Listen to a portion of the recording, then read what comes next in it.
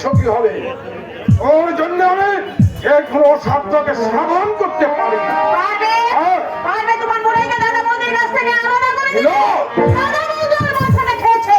ওরা আজকারা না দিলে আমি এতদিন তাকে বাঘে আনতে পারতাম। ওর কথা আমি রাখবো। প্রয়োজন হলে সুখনির ভূমিকা অভিনয় করে সংসারটাকে ভেঙে আনি। তাই দিও দাদা, তাই দিও। ও চিরেই তুই আমার কথার প্রমাণ দাদা, ওই যে আমার একমাত্র বউ, ওর সুখের জন্য আমি পারি না এমন কাজ এই পৃথিবীতে নেই। হ্যাঁ হ্যাঁ, আমাদের আমি হতে চাই। তখন দেখবো দাদা বৌদির জন্য কত দরদ উপচে উঠবে। আপনি কেটে যাবে ছোট বউ। ছোটবেলা থেকে ও আমাদের আপন করে দেখে এসেছে তো, তাই খাবো তুমি।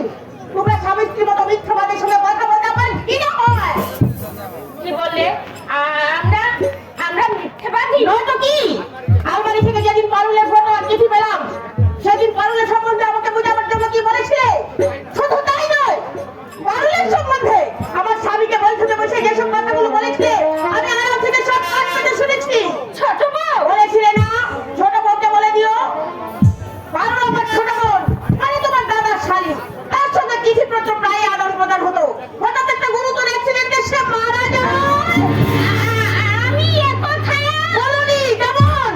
বেশ, তোমার স্বামীর দিব্যি খেয়ে বলো দেখিনি।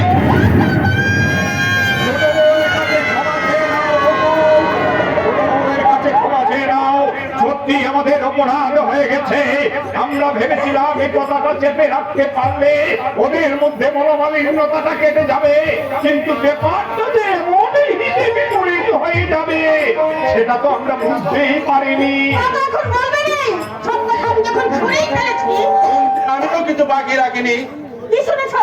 সতী শিরোমণি, একটু আগে তোমার দাদার সঙ্গে তোমার যে কথাগুলো হচ্ছিল, পাগল, ওকে তুমি জিজ্ঞেস করে দেখো তো বৌদি, বাপের বাড়িতে প্রশান্ত নামের ছেলেটির সঙ্গে আর কি সম্পর্ক ছিল?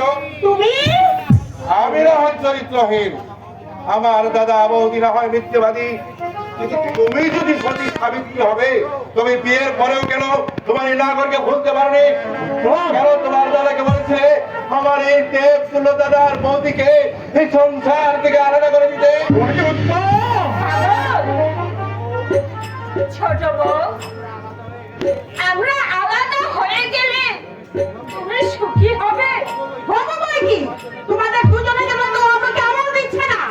নির্বাচ্ছি দাদা বৌদির উপরে কথা বলতে তোমার জিভটা আমার চল না?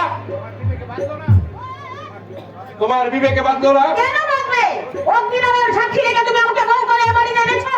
তোমার ভালোর জন্য সবকিছু বলার অধিকার আমার আছে। ওগো ওগো, আমার অগ্নি সাক্ষী রেখে বিয়ে করাবো, এতদিন পরে এসেছো তুমি আমার ভালো করতে।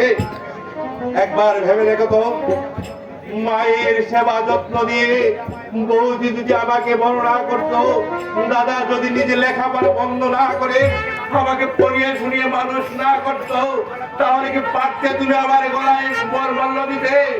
পারতে কি আজ এই বাড়িতে দাঁড়িয়ে আমার দাদা বৌদিকে এইভাবে আঘাত দিয়ে কথা বলতে? চুপ কর, চুপ কর। তুই কি আর এখানে দাঁড়িয়ে দাঁড়িয়ে